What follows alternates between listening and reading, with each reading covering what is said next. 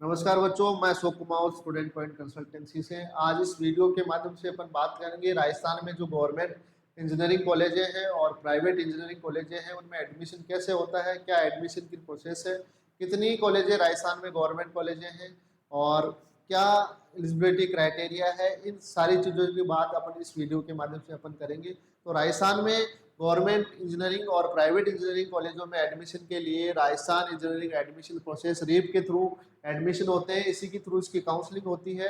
तो इसका नोटिफिकेशन आज रिलीज हुआ है। रजिस्ट्रेशन इसके 28 मई से स्टार्ट होंगे और 30 जून पेमेंट की लास्ट डेट है। और अगर 30 जून को आप पेमेंट कर देते हैं तो आप फॉर्म सबमिट 2 जुलाई तक अपना कर सकते हैं। ये बीई बीटेक के बारे में बता रहा हूँ इंजीनियरिंग। और उसके अलावा जो बी आर्किटेक्ट है, बी आर्किटेक्ट में 7 जुलाई से एडमिशन जो रजिस्ट्रेशन है वो स्टार्ट होंगे और लास्ट डेट जो पेमेंट की है वो 1 अगस्त है। उसके अलावा 4 अगस्त तक आप फॉर्म सबमिट कर सकते हैं।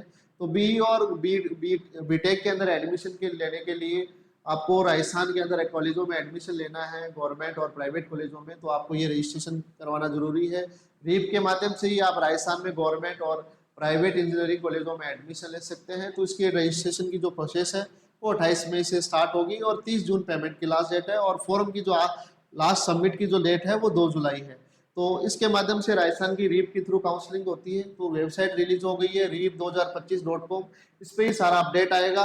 तो अब कुछ इंपॉर्टेंट बातें हैं वो आपको बताता हूँ। सबसे पहले अपन कॉलेजों की बात करते हैं। राजस्थान में कौन कौन सी गवर्नमेंट कॉलेज राजस्थान के अंदर है। तो जो राजस्थान में गवर्नमेंट कॉलेजें हैं तो टोटल 16 कॉलेजें राजस्थान के अंदर है। जयपुर इसके अंदर ऐड नहीं है।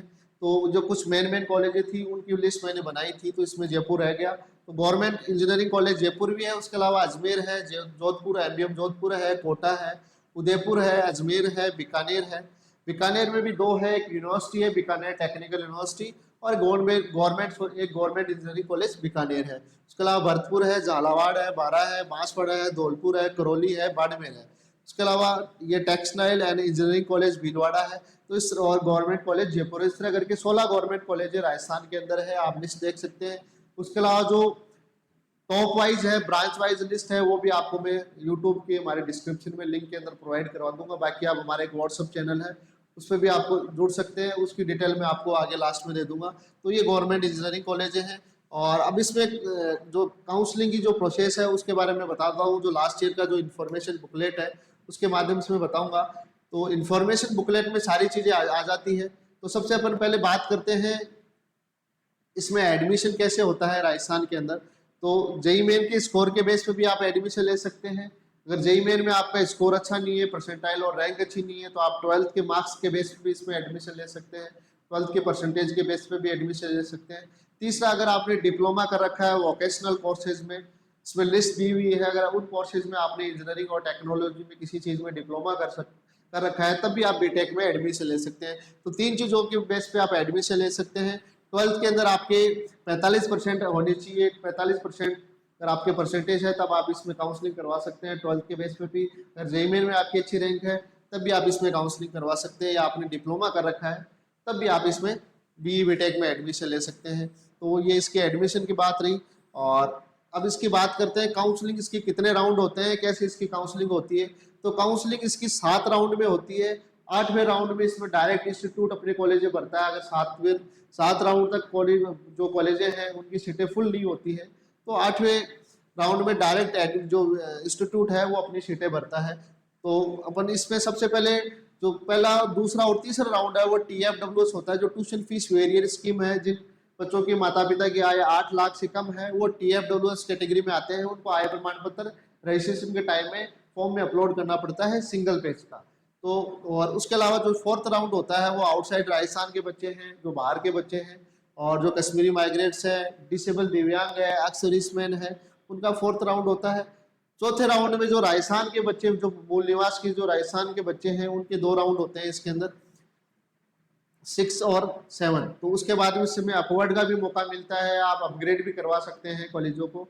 तो अपवर्ड के भी आपको फर्स्ट राउंड में आपको कॉलेज मिलती है तो आप सेकेंड और थर्ड राउंड में अपवर्ड कर सकते हैं। उसके अलावा 4th राउंड में जैसे आपको कॉलेज मिलती है तो आप 5th राउंड में अपवर्ड कर सकते हैं, मतलब अपग्रेड लगा सकते हैं।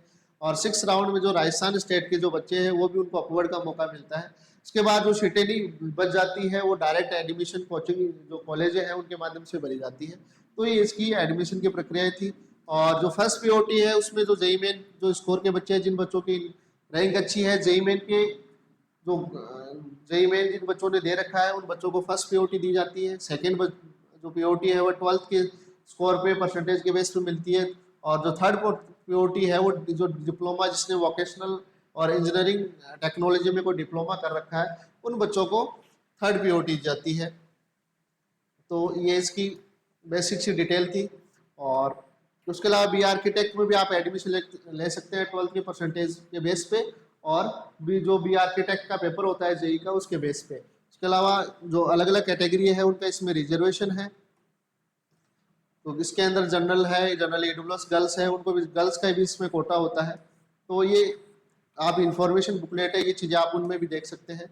उसके अलावा जो आर्मी में जो बच्चे, जिन बच्चे के फादर आर्मी में है, रिटायर हो चुके हैं, शहीद हुए हैं, तो ऐसे बच्चों को भी इसमें कोटा मिलता है।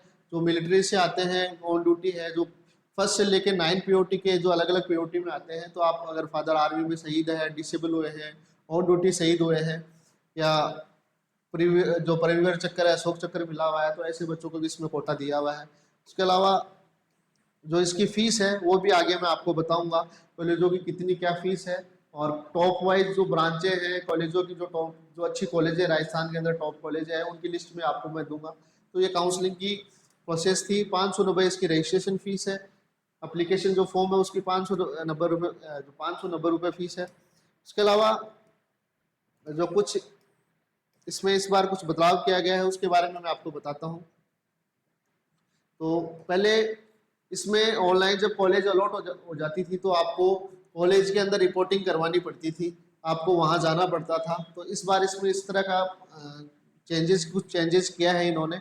तो इस बार आपको ऑनलाइन रिपोर्टिंग करवानी पड़ेगी, और ऑनलाइन रिपोर्टिंग करवाने के बाद आप ऑनलाइन ही अपग्रेड करवा सकते हैं, आपको कॉलेज में जाने की जरूरत नहीं है। ऑनलाइन रिपोर्टिंग करके जो डॉक्यूमेंट है सारे 10th 12th की मार्कशीट, मूल निवास, खास सर्टिफिकेट, इनकम सर्टिफिकेट, वो सारी चीज़ें आपको ऑनलाइन ही देनी पड़ेगी। सारी चीज़ें ऑनलाइन आप रिपोर्टिंग करवा सकते हो। और जो डॉक्यूमेंटों की लिस्ट है वो भी आपको बताता हूँ। और जब कॉलेज आप फाइनल कर लेते हैं उसके बाद भी आपको कॉलेज में जाना है, उससे पहले आपको कॉलेज में जाने की जरूरत नहीं है। आप कॉलेज ऑनलाइन रिपोर्टिंग करके फिर आप अपग्रेड लगा सकते हैं। और जो कॉलेज इसकी जो लिस्ट है डॉक्यूमेंट की, क्या क्या डॉक्यूमेंट इसमें रिक्वायर्ड है वो भी मैं आपको बताता हूँ। तो डॉक्यूमेंटों की लिस्ट है, आप ये डॉक्यूमेंट तैयार रखिए। और 28 से इसके रजिस्ट्रेशन स्टार्ट हो जाएंगे। तो आपकी जो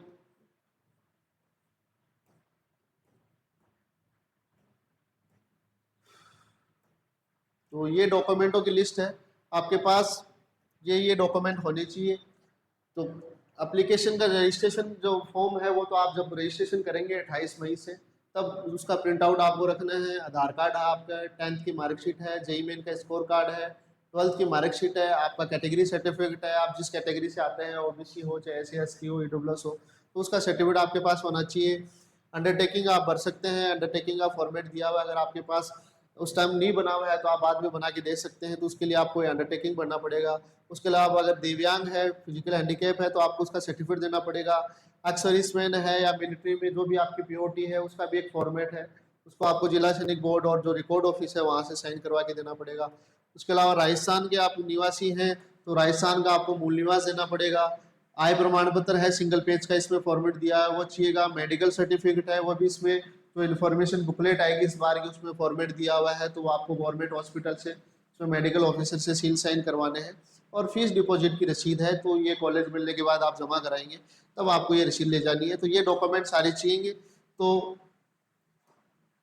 काउंसलिंग की प्रक्रियाएं 28 मैंने बताया रजिस्ट्रेशन है इसके, वो 28 से स्टार्ट होंगे। तो काउंसलिंग आप हमसे करवा सकते हैं अगर आप राजस्थान के रहने वाले हैं और आप रीप में एडमिशन लेना चाहते हैं, राजस्थान की गवर्नमेंट कॉलेजों में एडमिशन लेना चाहते हैं, प्राइवेट कॉलेजों में एडमिशन लेना चाहते हैं, तो आप हमसे संपर्क कर सकते हैं। और जो हमारे नंबर है तो आपको इस नंबर पे आप कांटेक्ट कर सकते हैं। अगर आप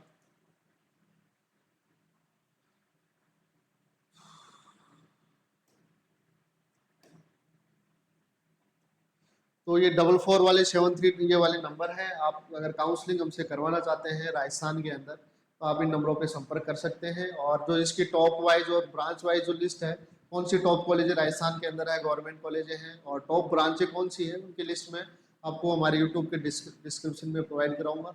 और इस नंबर पे अगर आप मैसेज करते हैं तो आप इस पे व्हाट्सएप पे मैसेज भेजते ही आपके पास एक लिंक आएगा यूट्यूब और व्हाट्सएप चैनल का, उसको फॉलो कर लिएगा। आपको व्हाट्सएप चैनल पे भी इसकी लिंक, जो इसकी पीडीएफ है, तो वो उस पर आपको मिल जाएगी। तो ज़्यादा से ज़्यादा हमारे चैनल को लाइक करें, शेयर करें, सब्सक्राइब करें, जिससे आपको इस तरह की अपडेट मिलती रहे। धन्यवाद, थैंक यू।